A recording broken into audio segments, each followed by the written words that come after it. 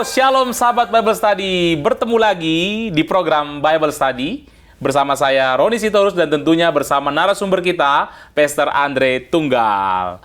Dan kita akan masih melanjutkan topik dari pembahasan kita sebelumnya tentang poligami. Pastor Andre, sebelumnya saya sudah menyinggung ada satu ayat Alkitab yang selalu dipakai dan dianggap bahwa Tuhan sedang mengkonfirmasi dan mengizinkan poligami. Saya akan bacakan ayatnya dalam 2 Samuel pasal 12 ayat 7-8. Demikian firman Tuhan. Kemudian berkatalah Natan kepada Daud, "Engkaulah orang itu, beginilah firman Tuhan Allah Israel. Akulah yang mengurapi engkau menjadi raja atas Israel dan akulah yang melepaskan engkau dari tangan Saul. Telah kuberikan isi rumah tuanmu kepadamu dan istri-istri tuanmu ke dalam pangkuanmu. Aku telah memberikan kepadamu kaum Israel dan Yehuda, dan seandainya itu belum cukup, tentu ku tambah lagi ini dan itu kepadamu." Nah, ayat ini menceritakan bagaimana istri-istri Saul diberikan kepada Daud, Pastor. Dan ini Tuhan sendiri yang memberikannya. Nah, bagaimana kita menjelaskan ayat ini? Apakah memang berhubungan dengan poligami atau bagaimana, Pastor? Jadi untuk memahami ayat ini dan kemudian dikatakan, oh ini adalah ayat yang melegitimasi praktik poligami begitu. Nah, sekali lagi gini. Ingat bahwa di dalam kekristenan itu kita harus punya satu prinsip bahwa segala sesuatu di perjanjian lama itu harus dilihat melalui kacamata perjanjian baru. Itu adalah prinsip hermeneutika yang sehat. Hermeneutika buat teman-teman atau rekan-rekan yang belum tahu, itu adalah ilmu menafsir Alkitab. Jadi kita menafsir apa yang ada di perjanjian lama dalam kacamata perjanjian baru. Ya. Kenapa demikian? Karena kita itu melihat bahwa Kristus itu yang memberikan perjanjiannya, atau Kristus itulah yang menjadi puncak.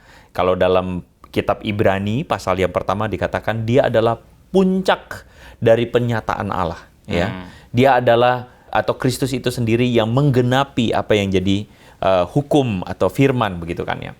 Nah jadi menjadikan ayat ini sebagai atau melegitimasi poligami itu adalah sesuatu yang keliru sekali. Karena perjanjian baru jelas seperti episode sebelumnya tadi kita udah bahas. Matius 19, Yesus bilang tentang masalah dua menjadi satu. Lalu kemudian di Timotius kemudian Paulus mengatakan bahwa suami dari satu istri begitu kan ya. Itu clear. Nah, tapi penjelasan ini tentu saja tidak meloloskan atau tidak memberikan menghilangkan sebuah kebutuhan kita untuk mendapatkan penjelasan. Kenapa kok Tuhan bilang sama Daud bahwa kuberikan istri-istri tuanmu ke dalam pangkuanmu.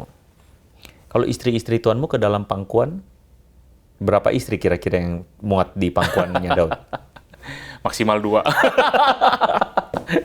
Nah ini just a joke. Iya. Tapi joke ini sebenarnya saya pakai jadi sebuah ini juga penjelasan. Kita memahami istri-istri dalam pangkuanmu itu kan tidak berarti bahwa literally istri di pangkuan. Betul.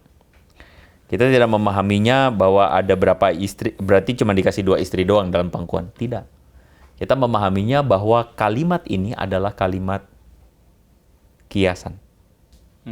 Kiasan dalam arti maksudnya ini adalah kalimat yang sifatnya dalam konteks bahasa waktu itu dipahami istri-istri dalam pangkuanmu, oh berarti ini istri-istri jadi miliknya dia kan? Bukan di pangku beneran toh? Nah, bahkan dikatakan istri-istri itu jadi milikmu, kita mesti memahaminya dalam konteks keseluruhan ayat itu. Konteks keseluruhan ayat itu adalah Tuhan bilang, aku memberikan rumah tuanmu kepadamu, istri-istri tuanmu, dan memberikan kepadamu kaum Israel dan Yehuda. Pertanyaan kita sebenarnya harus menjadi pertanyaan yang lebih clear lagi. Apakah Tuhan memberikan Israel dan Yehuda kepada Daud? Maksudnya memberikan Israel dan Yehuda kepada Daud itu artinya menjadikan apa? Menjadi Daud raja. Bukan Daud yang memiliki seluruh Israel kan? Dia memimpin Israel dan Yehuda. Nah, kita mesti memahami ayat ini tidak boleh dilepaskan dari konteks bahasa. Di mana bahasa ini ingin menjelaskan, ayat 8 ini ingin menjelaskan bahwa Tuhanlah yang memberikan semua yang dimiliki Saul kepada Daud. The big question is, apakah Daud mengambil istri Saul? Apakah kita menemukan bahwa catatan Alkitab menjelaskan Daud mengambil istri Saul? Tidak ada. Tidak. Jadi ayat ini tidak boleh dijelaskan bahwa Tuhan memberikan istri-istrinya Saul.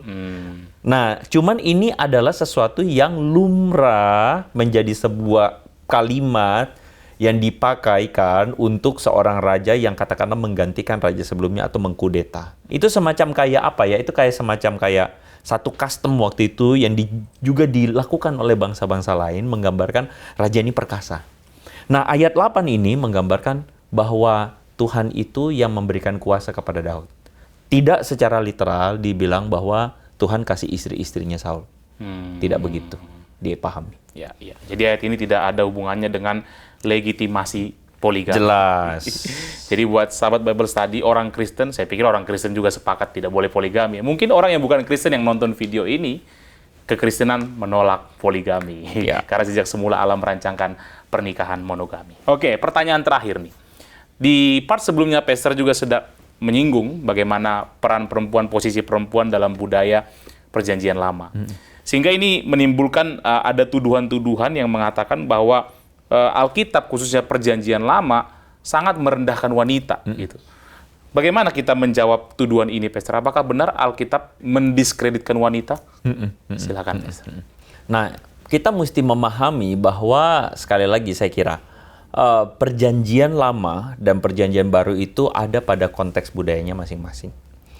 Di mana budaya perjanjian lama itu, yang tadi kita sudah sempat spill sebelumnya di episode sebelumnya, itu adalah budaya patriarkal.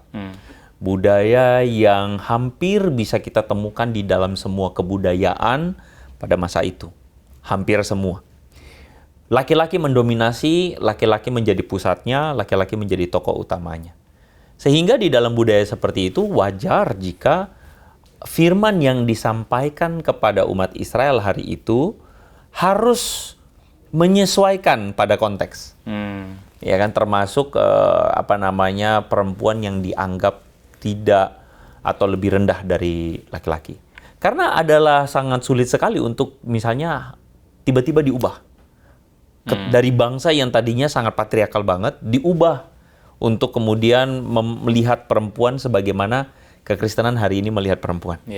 Kekristenan kita tahu bahwa melihat perempuan itu setara dengan laki-laki, manusia pada esensinya, dan tidak ada laki-laki lebih besar dari perempuan, sama halnya perempuan juga tidak lebih besar dari laki-laki. Gender itu adalah sesuatu yang setara di mata Tuhan. Nah, kalau di perjanjian lama ya karena memang konteksnya demikian, gitu. Bayangkan misalnya kita berbicara atau kita ngomong sama anak kita yang masih kecil. Kita ngomong tentang misalnya kalau meminjam istilah hari ini resesi. Hari ini terjadi sebuah resesi. Anak kita bingung, apa resesi gitu kan ya? Apa gitu. Dia sangat tidak memahami istilah-istilah yang kita sudah pahami secara kompleks. Kayak gitu. Nah, karena itulah adalah sulit sebenarnya bagi kita untuk memaksakan bahwa perempuan itu seharusnya sudah setara di perjanjian lama. Enggak begitu ya. Tapi begini, apakah Tuhan lantas di tengah budaya tersebut mengabaikan hak-hak wanita? Oh tidak. Ya, kita menemukan bahwa di dalam perjanjian lama Tuhan itu membela hak-hak perempuan. Misalnya dengan konsep pernikahan levirat. Yang saya pernah bilang tadi itu bahwa kalau misalnya ada seorang perempuan kehilangan suami, maka saudara dari atau sanak dari suaminya itu harus mengambil perempuan ini, memelihara dia. Ya, bahkan dia katakan mengambil dia menjadi istrinya. Karena apa? Karena perempuan ini harus dipelihara. Perempuan ini harus dijaga hak-haknya begitu. Nah, itu adalah satu indikasi yang kuat bagaimana Tuhan itu berusaha juga untuk mengakomodir atau mengangkat hak perempuan di tengah budaya yang pada saat itu sangat amat merendahkan perempuan.